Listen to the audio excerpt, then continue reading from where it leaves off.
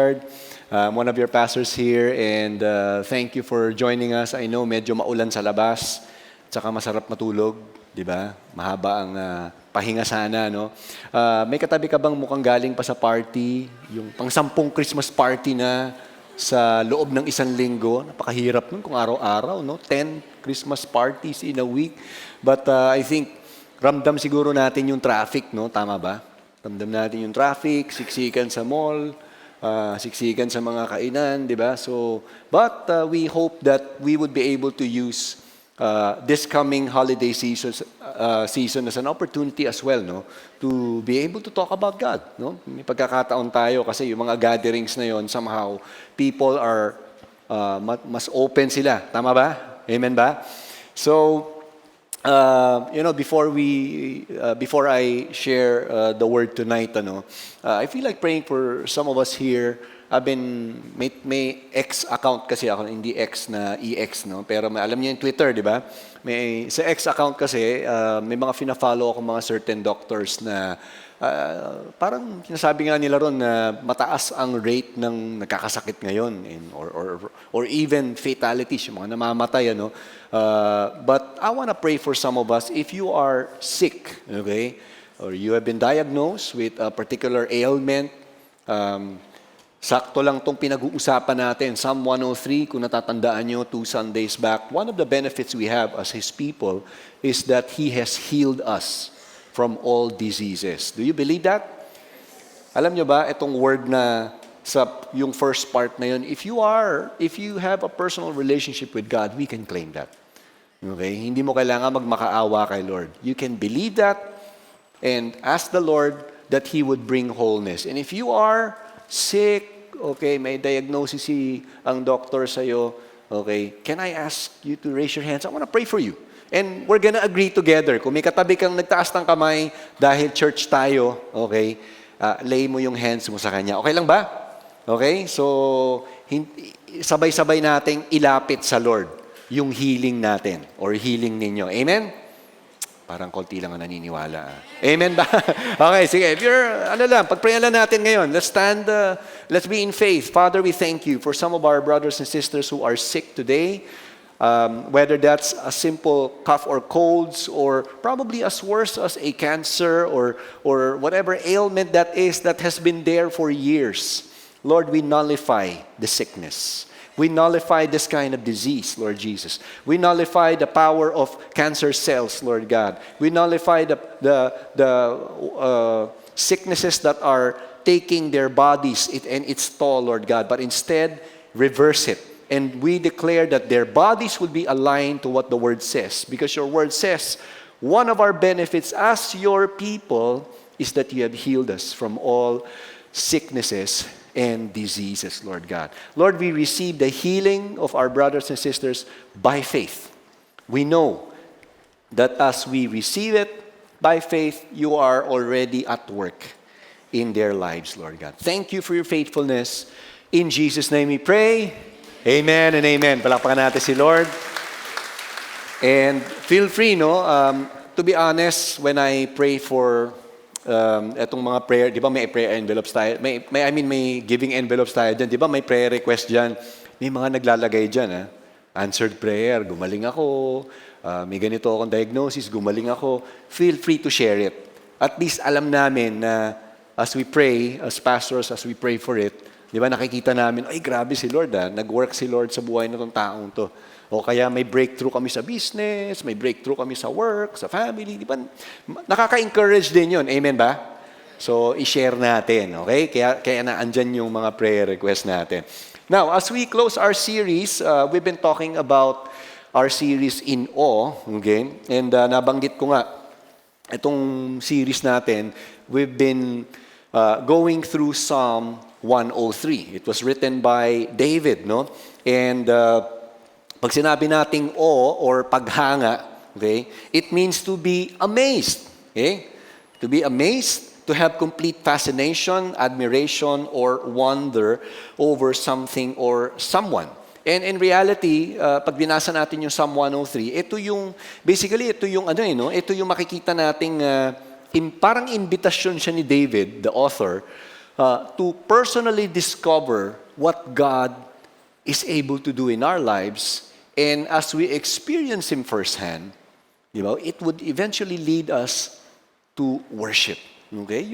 Alam mo yun, hindi ka lang kakanta, pero ide-dedicate mo na yung buong buhay mo, Lord, itong buhay kong to, let it be a worship to you because of what you have done for me.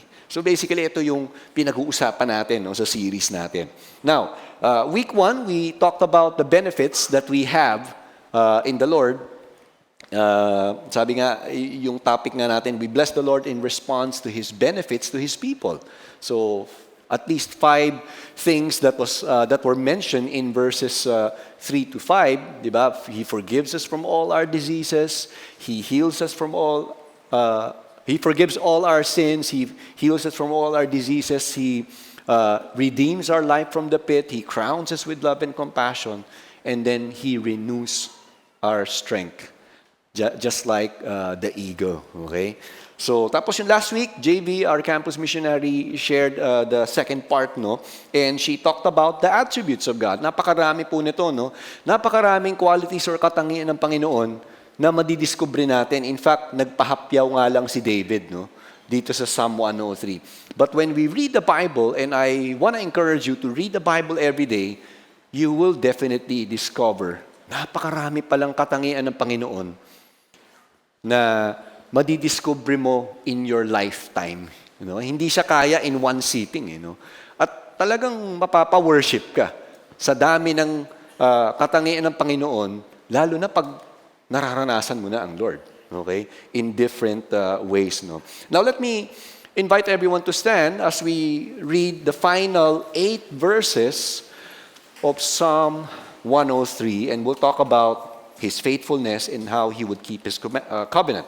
Now, verse 15, Psalm 103, verse 15, it says, "As for man, his days are like grass. He flourishes like a flower of the field, for the wind passes over it, and it is gone, and its place knows it no more. But the steadfast love of the Lord is from everlasting to everlasting on those who fear Him, and His righteousness to children's children, to those who keep His covenant and remember to do His commandments. The Lord has established His throne in the heavens, and His kingdom rules over all. Bless the Lord, O you His angels, you mighty ones who do His word, obeying the voice of His word. Bless the Lord, all His hosts, His ministers who do His will. Bless the Lord, all His works in all places of His dominion.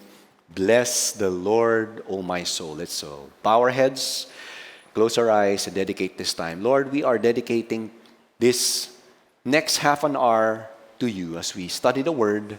We are asking for a revelation, a clearer understanding of Your Word that would create the faith in us that would enable us to live it out as well. Thank You for Your faithfulness. Thank You, Holy Spirit, for guiding us. In Jesus' name, amen, amen. Let's all take our seats. Again, I did mention that this chapter was written by David. Yung eldest son po namin, ang pinangalan po namin siyang David. Nandito po siya, Mas gwapo sa akin itong eldest son ko. Pagka nakikita siya ng mga kaibigan namin, mukha raw siyang Koreano, hindi daw siya mukhang Chinoy. Okay? So, David ang pangalan ng anak namin. And when you look at the name David, ang ibig sabihin nito, beloved. Okay? Pero ba dito, pinangalan ka ng parents mo David? O kaya Dave? Diba? Medyo siguro may variant, beloved. Okay? Pag sinabi natin, di ba, pag sinabi beloved, it's the person is dearly loved. Okay? And so, King David served as one of the most significant figures in Jewish history. He was basically the second monarchy or king in the kingdom of Israel, someone who rose from obscurity. Bakit siya obscure? Out of the 8 brothers, siya yung bunso at siya yung usually, baka yung parang hand-me-downs. Yung sando ni kuya. Okay. 7 kuya, napunta sa pang-8. Baka parang gano'n, Meron ba sa inyo bunso ka, tapos ikaw yung usual na hand-me-downs na lang ang natitira. Meron ba? Ako pang-apat ako sa 5, no? So naranasan ko din naman yon. Inambunan ng damit ni kuya, o kaya inambunan ng sapatos ni kuya, parang ganun, ano? So obscure tong taong to, but eventually, okay, he rose to prominence. Now, he first appeared in the Bible in 1 Samuel chapter 16. It was an account when the Lord commanded Samuel the prophet to anoint the next king.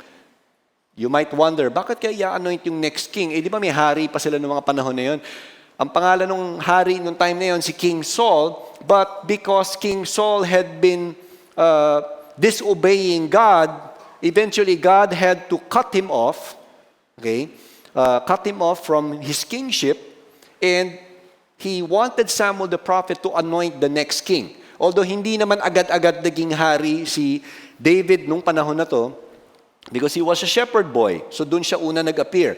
Now, David's name became trending in Twitter and Facebook, kung may Twitter na siguro at Facebook nung panahon na yun, noong pinatay niya si giant fish, hindi, Jonah yun, no? Si Goliath. Okay? Pinatay niya yung higante, naging sikat siya, and King Saul wondered, sino ba tong batang to, or teenager na to na pumatay sa higanteng to? Sabi niya doon sa general niya, I want you to inquire, get that guy's name. So nung nalaman nila na si David pala ay anak ni Jesse, okay, who's probably a farmer, peasant, sabi niya, invite na natin tong batang to. I want him to be part of the royal service. So initially, he became dahil nga musician si David, he became a harpist, he played the harp. It's a musical instrument in the royal, in the royal courts, until eventually he rose to become part of the military. Okay? Naging, nung 18 or 19 years old, he was drafted into the army and became part of the army of Israel. Now, the book of Psalms is a collection of hymns, napakaraming mga emotions, no? Samot-saring emotions tayong mababasa, no? In the different chapters. And some Bible scholars believe King David, or at least David, wrote half of the 150 chapters in the book of Psalms. Now, they believe that David wrote Psalm 103 at a time when he was already old. Okay, hindi naman necessarily matandang-matanda, pero marami na siyang naging karanasan sa buhay. Okay? Meaning, kung marami na siyang karanasan, marami na siyang pinagdaanan, at marami na rin siyang mga lessons and insights na napulot, okay, along the way as he grow in his relationship with God.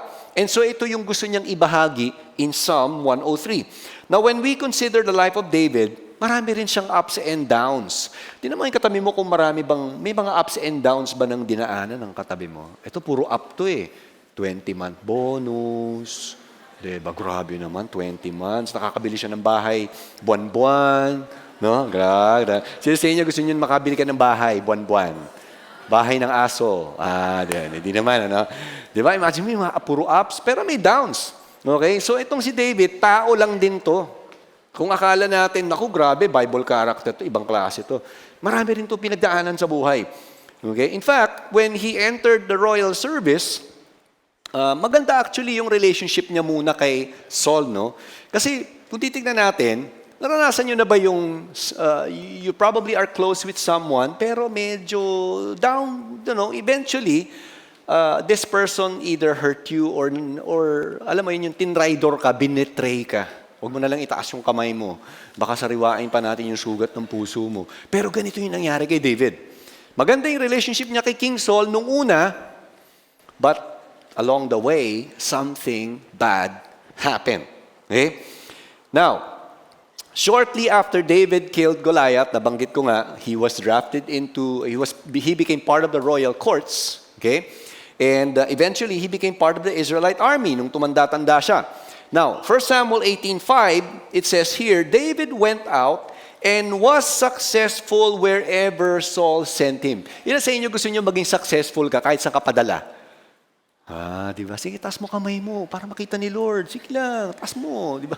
Ayaw niyo bang, yung iba yata sa inyo gusto niyo, hindi, gusto ko sana pastor lagi nagfe-fail. Sige lang, bring it on. Di ba? Hindi. Eto, successful wherever he went. Diba?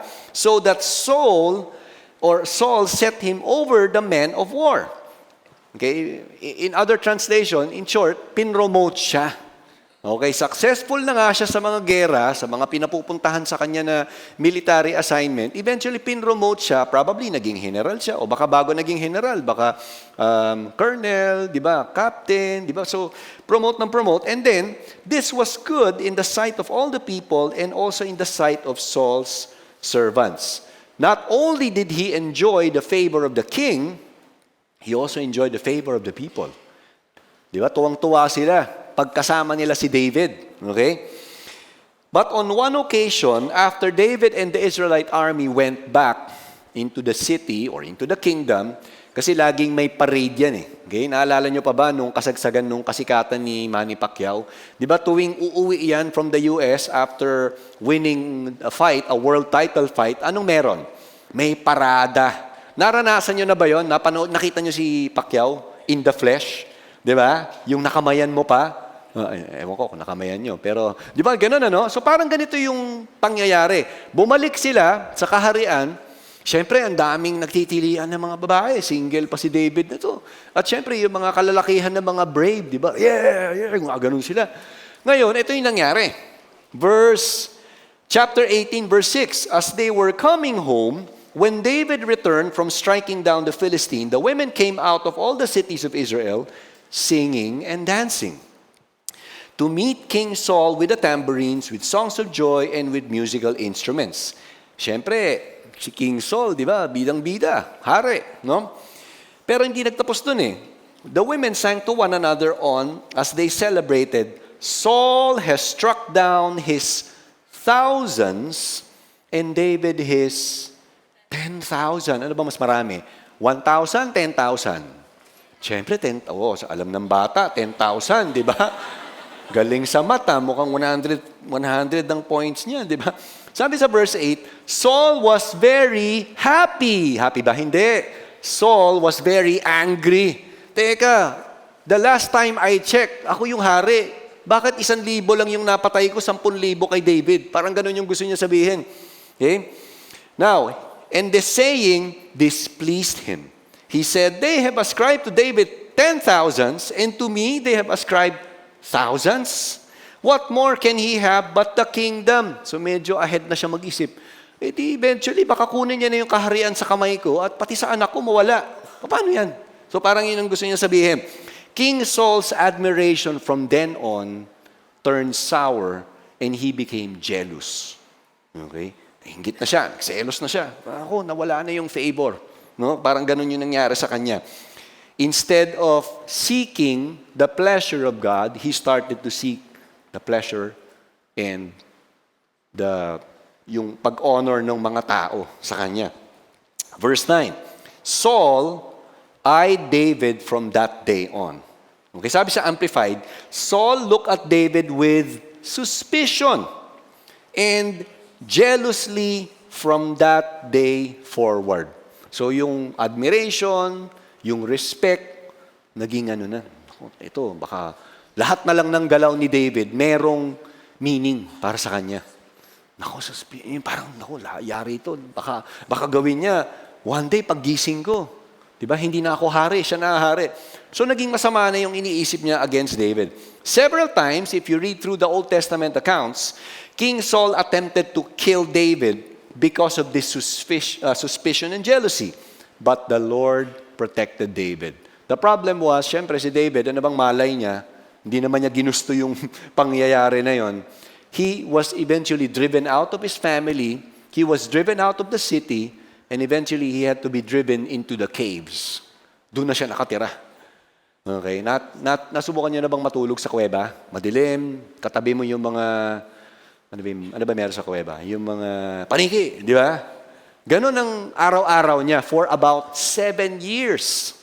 Di ba nakakabaliw yata yun? No? 7 taon ka ba naman nakatira sa kuweba? Di ba? Wala kang cellphone, wala kang social media, wala ka man lang kausap, wala kang ka-FaceTime, may FaceTime pa ba? Wala kang ganon, di ba?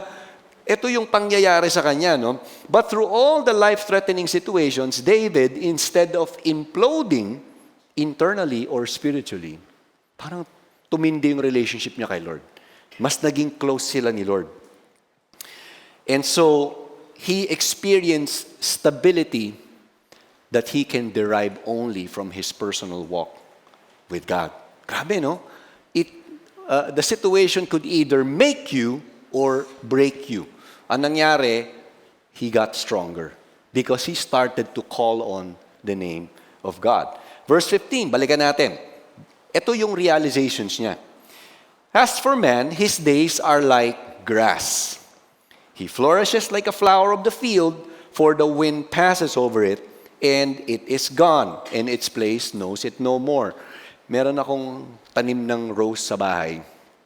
Binibilang ko na lang yung mga araw, kasi pag malakas ang hangin o may bagyo, yung nag-iisang cute na rose ay nalalaglag.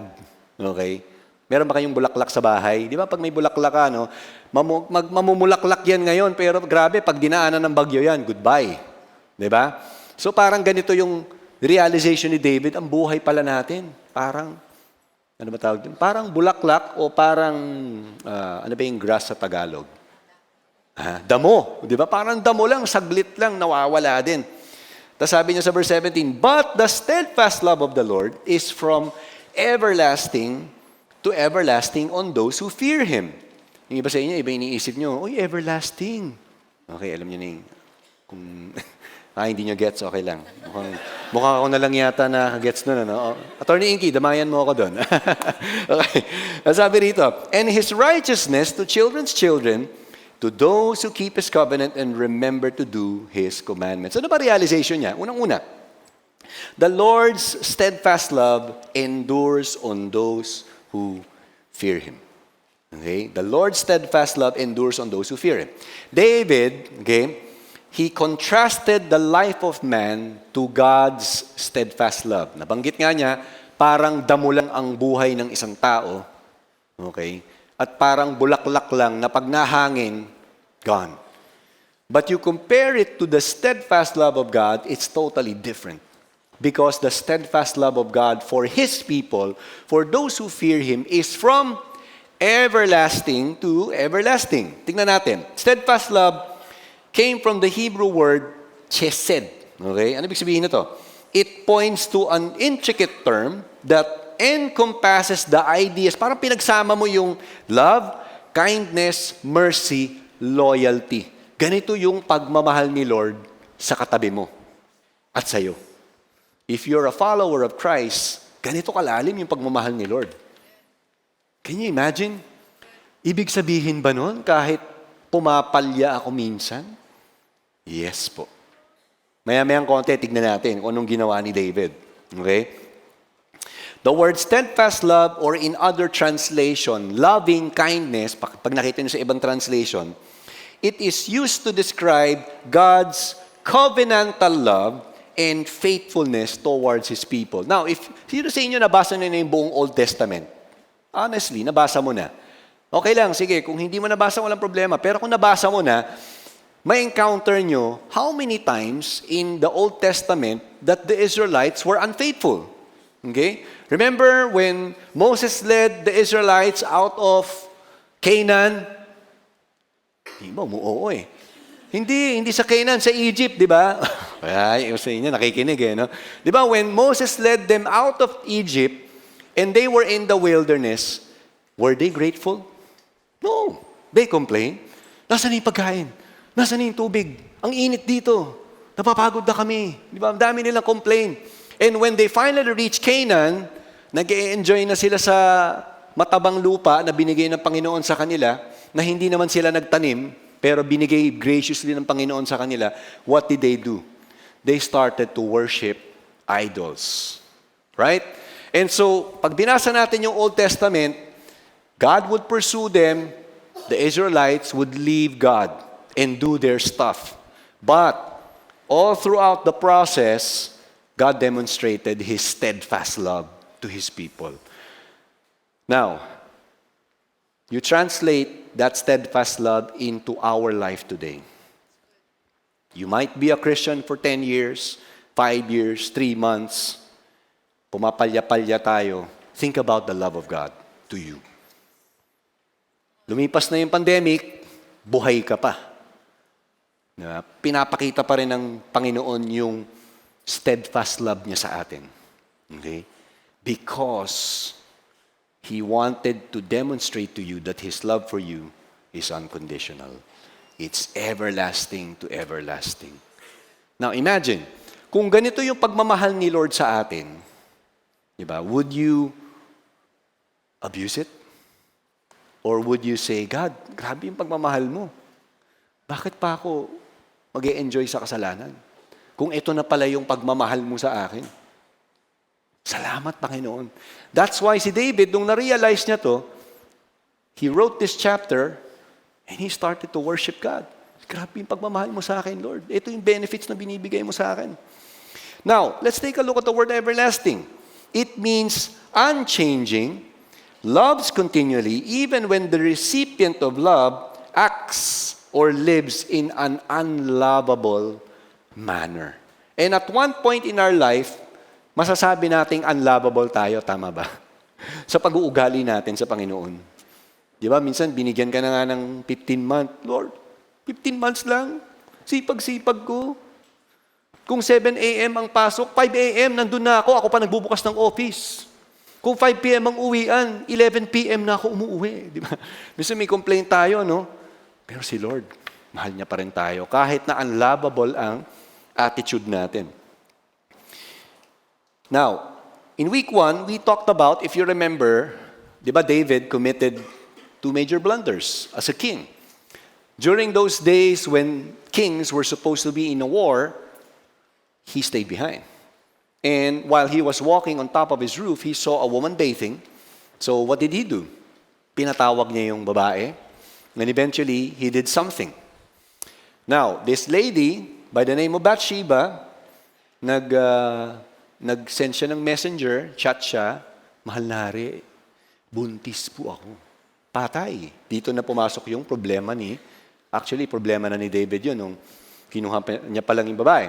So what did he do? Sabi niya sa army general niya, pangalan Joab, I want you to put Uriah, yun ang pangalan ng husband ni Bathsheba, he was one of the loyal and fierce and brave warrior of King David. Sabi niya, ilagay mo itong si Uriah sa harap ng battlefield kung saan matindi ang labanan. Opo, mahal na hari. Okay? O, ginawa niya. Ano nangyari? Nabuhay ba? Sabi sa Bible, namatay. Okay? So, anong ginawa niya? Nag-commit na siya ng adultery, nag-commit pa siya ng murder.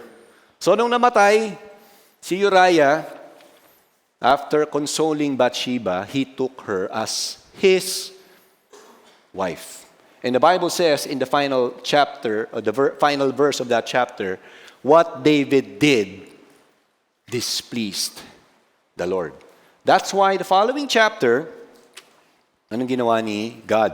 God spoke to Nathan the prophet, and Nathan the prophet told King David a story. Okay? Nagbigay siya ng storya, an analogy that talks about King David's wicked act.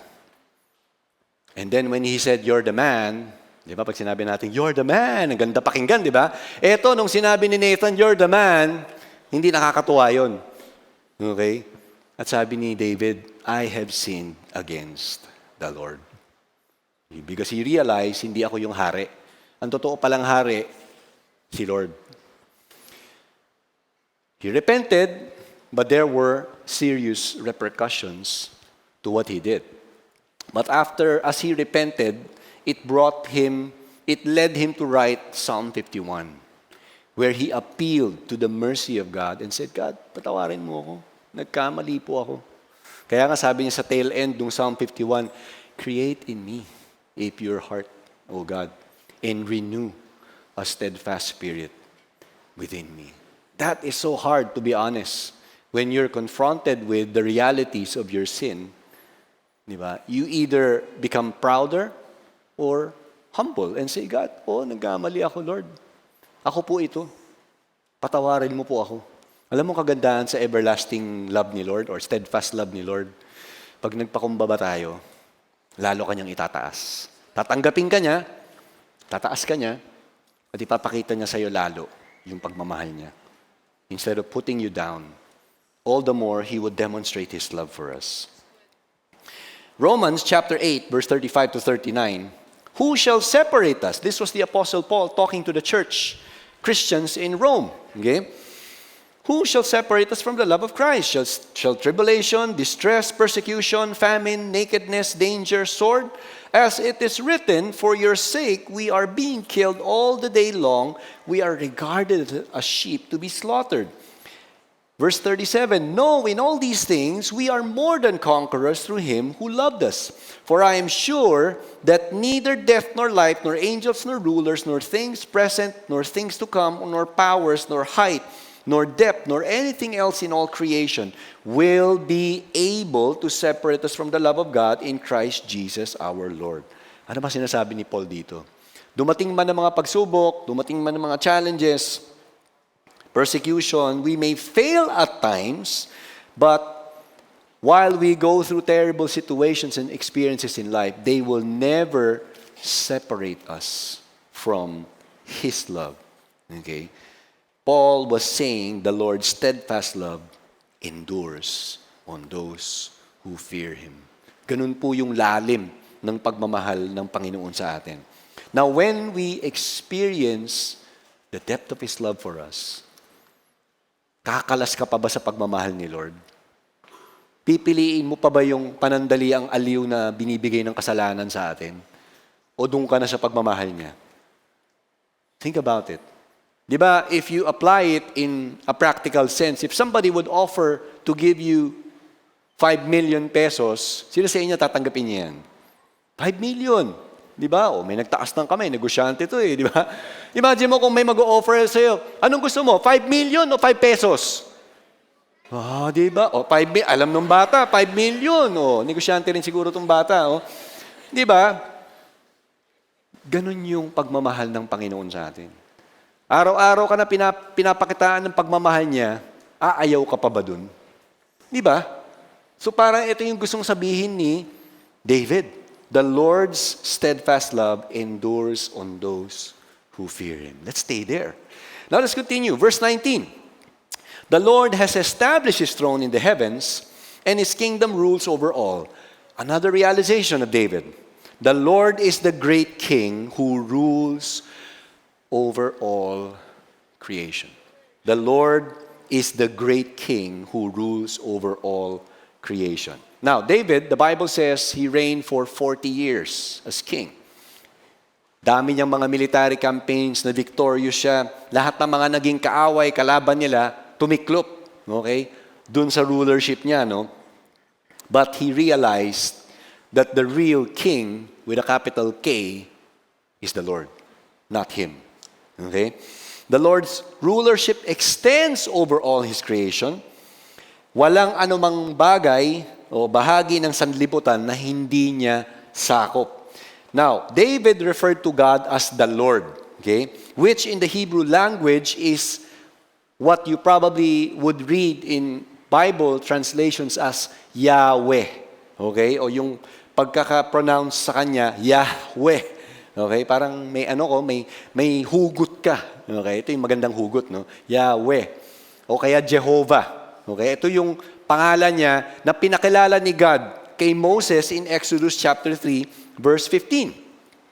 Now, by saying that the Lord established His throne in heaven, He was emphasizing the Lord is in control. Kahit ano man mangyari, in charge pa rin ang Panginoon. Now, the world we live in may be seemingly spiraling down, di ba? Parang ang daming nangyayaring hindi magaganda sa bansa natin. I mean, ewan ko lang kung may nangyayari na bang maganda lately, no? Pero ang daming nangyayaring hindi maganda, nagbabangayan ng mga politiko, tama ba? Tapos, hindi lang yun. Economically, marami ring mga nangyayaring hindi magaganda. Okay? Naapektuhan tayong lahat. Samot-saring problema, hindi lamang sa bansa natin, but when you look into our personal lives, in our families, there are challenges. Tama ba? Meron din tayo sigurong mga dinadaanan. Okay? In so many ways. Sa mundong ginagalawan natin, corrupt people exist. Okay? And oftentimes, they would try to use their position to their own advantage. Okay? But, we have to realize we can stand in this truth with confidence that what? The Lord is the great King who rules over all creation. Remember, David said, ang buhay ng tao parang damo lang, parang bulaklak lang, na pwede ring mawala. And the confidence you have should not be based on what people would promise. It should not be based on certain politician or certain people who are in power. We would rather put our faith and confidence in the Lord, who is the great King who rules on all creation. Now, a psalmist in Psalm 93 said, and this is basically in consonance with what we read in Psalm 103. Sabi rito, verse 1, the Lord reigns, He is robed in majesty. The Lord is robed, He has put on strength as His belt. Yes, the world is established, it shall never be moved. Your throne is established from of old, you are from everlasting to everlasting. You see, history reveals to us that kingdoms have risen, but we also know that kingdoms have fallen. Tama ba? Since ancient times, when civilization began, the Babylonians, they came, eventually, nawala sila, naging Assyrians. After ng Assyrians, ano na ba David? After ng Assyrians? Persian? Tama ba? Okay, alam ng anak ko, no? After ng Persia, ano na? Greeks, di ba? Alexander the Great. Pero after less than 300 years, nung namatay na si Alexander the Great, nagwatak-watak yung kingdom niya, eventually, Roman Empire. After ng Roman Empire, may Roman Empire pa ba? Although, tama ba, Attorney Inky? Wala na Roman Empire, di ba? Nanggaling si Attorney Inky sa Rome, di ba? Wala na. At marami pa mang mga empires na, yung nag-reign sa buong mundo natin. But where are they today? In the end, there's only one kingdom. The kingdom of God. David had this realization. Isa lang ang hari. Isa lang ang totoong ruler. Si Lord lang. Ito yung gusto niyang sabihin sa ating lahat. Kaya niya isinulat yung Psalm 103. Because the great King, the Lord is the great King who rules over all creation. Now, here's the interesting thing. God is in control of all things and He rules over all things. And when we say He rules over all things, kahit pumalpak man tayo, merong paraan ng Panginoon para ma-reverse niya yung kapalpakan natin. In fact, God, in His infinite wisdom, He used the events in history to bring His redemptive plan to fruition. Remember, pumalpak si David, tama? He committed murder, he committed adultery. But even before he committed this, 2 Samuel chapter 7, the Lord promised David, what did He say? Sabi niya sa chapter 7, verse 16, your house and your kingdom shall be made sure forever before me. Your throne shall be established. Pumalpak si David, tama? Nagrepent siya, ni-restore siya ni Lord. After that, sino nag-succeed sa kanya? Solomon, the wisest king. After Solomon, the kingdom of Israel split during the time of Solomon's son, Rehoboam. And after that, there were good kings, about 5 good kings in the kingdom of Judah, but the rest were wicked. Did God say, nakakapagod na? Sobrang wicked na itong mga hari na to, hindi ko na itutuloy yung pangako kay David. No, tinuloy niya pa rin yung pangako niya. Until umabot sa New Testament, when God the Son became a man, born through a virgin by the name of Mary, to bring His redemptive plan to fruition. Pumalpak man ang tao, pero ang Panginoon, in control pa rin siya. At yung plano niya, para iligtas tayong lahat, nangyari na. Kaya may Pasko. Although hindi naman Pasko yung storya natin, di ba? Pero makikita natin, sovereign ng Panginoon, patuloy siyang kikilos. And His desire is that we stay within His game plan so that He can bring His plan in your life to fruition. Why? Because the Lord is the great King who rules over all creation. As I close this, no, it says here in verse 20, Bless the Lord. Ito sabi ni David, Bless the Lord, O you his angels, you mighty ones who do his word, obeying the voice of his word. Bless the Lord, all his hosts, his ministers who do his will. Bless the Lord, all his works in all places of his dominion. Bless the Lord, O my soul. David ended the psalm by reminding his soul, praise him, bless him, because he deserves all our praises, all the glory. And this is how the Lord wants us to live our lives with. Always in awe of his goodness. Always in awe of his powerful attributes. Always in awe of his steadfast love. Think about it, di ba? Kung titingnan mo na mabuti, ganun na lang kalalim ang pagmamahal ng Panginoon sa atin. Now as I end, two important realizations. The Lord's steadfast love endures on those who fear him. And the Lord is the great King who rules over all creation. Now, we're going to do something different. For the next 10 minutes, from 7:14 to 7:24, I want you to go into groups of 4. Okay lang ba? Kung hindi mo kilala yung makakagrupo mo, okay, makipagkilala ka, no? Tapos, meron lang tayong pag-uusapan bago tayo mag-pray together. Okay? Okay lang ba? You can rearrange the chair, walang problema. Find groups, okay? Mag-form kayo ng groups of 4, and we will talk about just one question. No right or wrong answer. Okay? Make sure everyone has a group. Groups of 4 tayo. Okay? Groups of 4 tayo, ha? Sige lang. I would strongly encourage everyone to be part of a group. Okay? Huwag muna kayong aalis. 10 minutes. Okay. Our time starts now, and there is only one question. Ito lang. Ito yung tanong natin in the big screen. How can this truth, God's steadfast love for his people, help you live out your faith with confidence as you deal with the different circumstances in your life today? Okay? Paano mo ba maisasabuhay? Ngayong alam mo na yung pagmamahal ng Panginoon sa'yo.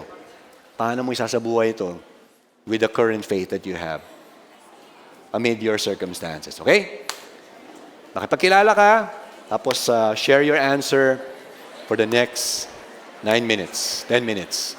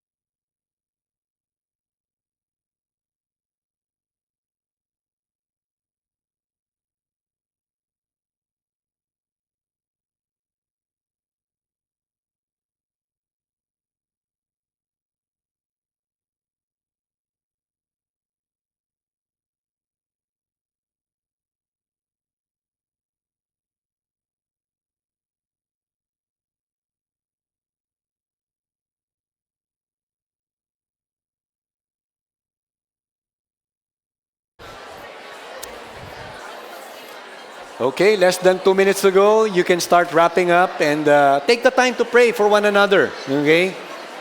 Grab a partner, pray for that person based on what he shared or she shared. Okay?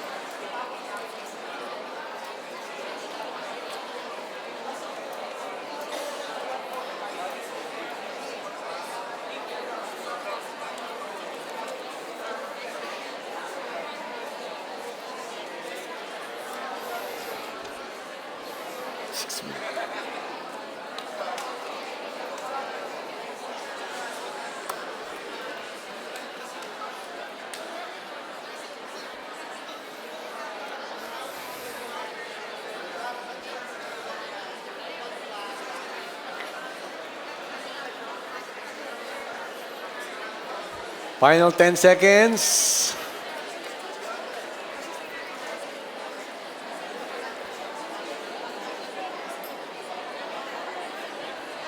All right, as we wrap things up, why don't you get your phones? Kunin mo muna yung telepono mo, okay, mobile, yung phone mo, no? Tapos mag-picture lang kayo. Yeah, di ba? Eh lahat naman yata may Facebook, ano, di ba? Itag mo na lang yung bago mong kaibigan. Okay? Add mo na rin siya sa Facebook mamaya. Mag-usap kayo. Okay?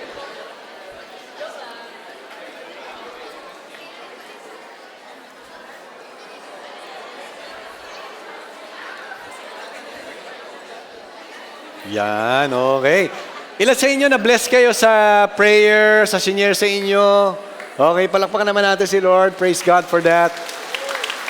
And you know what, church? Before I close in prayer, no, I want you to know that group, okay, na nakasama mo, hindi aksidente yan. Kaya maganda you keep in touch. Okay? Kung first time mong ma-meet, maganda mag-keep in touch kayo para may kaibigan ka na sa church. Amen? Because we are a community. All right? Why don't we pray? And let's all stand. Okay?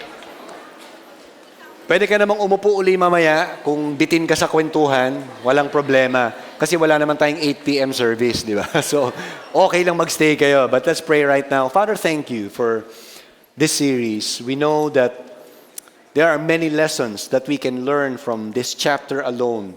And we are praying, God, that every day as we read the scripture, Lord God, we pray, God, that we would be drawn to your goodness, drawn to your mercy, drawn to your steadfast love. Because as David said in this chapter, your steadfast love is from everlasting to everlasting. Thank you, Lord, because this love of yours is stubborn. We may have been wayward in our attitude so many times, but you kept pursuing us. That is why we're here today. Lord, we pray that our hearts would be in tune with you. Lord, kung meron kaming mga nagawa, nasabi, may mga naisip kaming hindi ka nais-nais na nagdudulot ng kasalanan sa puso namin, patawarin mo kami. We pray that just like David in Psalm 51, create in us a pure heart, O God, and renew a steadfast spirit within us, Lord. We thank you and we praise you, Lord. In Jesus' name we pray. Amen and amen.